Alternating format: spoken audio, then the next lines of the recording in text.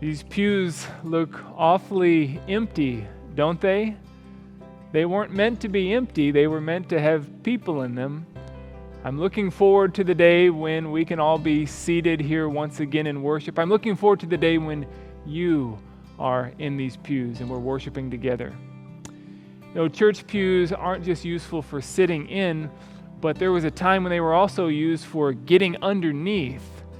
And I'm not just talking about a game of hide and seek in the church, which we're known to do in confirmation class from time to time, but I'm talking about decades ago when the Cold War was at its height.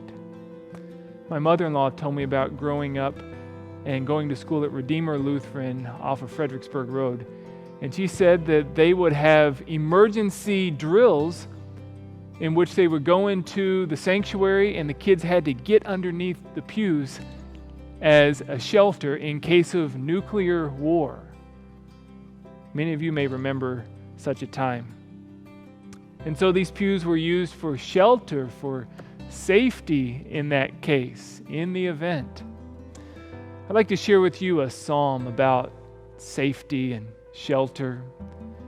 I encourage you to read the whole thing. Psalm 91, it's amazing, but just the opening part here. He who dwells in the shelter of the Most High will abide in the shadow of the Almighty. I will say to the Lord, my refuge and my fortress, my God, in whom I trust. For he will deliver you from the snare of the fowler and from the deadly pestilence.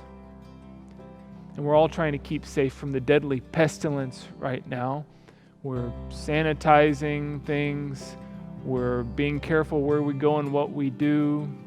We're keeping our distance, and so we're doing a number of things to be safe from the deadly pestilence. And safety and security are very important to each of us. And so this psalm right here, by saying that God will deliver us, that He's our shelter, He is our refuge, is this saying that by faith in God, a Christian won't get sick? That we're immune to the coronavirus by virtue of our faith? Well, no, that couldn't be true, because Christians, just as much as anybody, can get sick. We're residents of this broken world, and so the brokenness of the world affects us just as much as anybody. What this is saying is a focus on who God is and how we can think about Him. God is our refuge. He is our shelter. Our safety is in Him.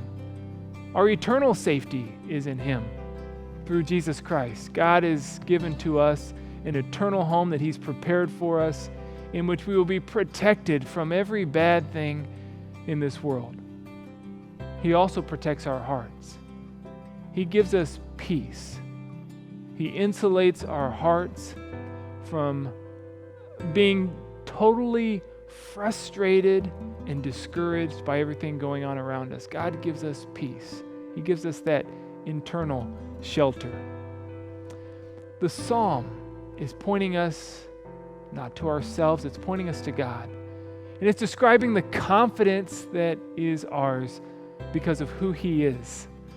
The psalm is all about feeling confident in God, and that is the way to live right now in this season and in every season.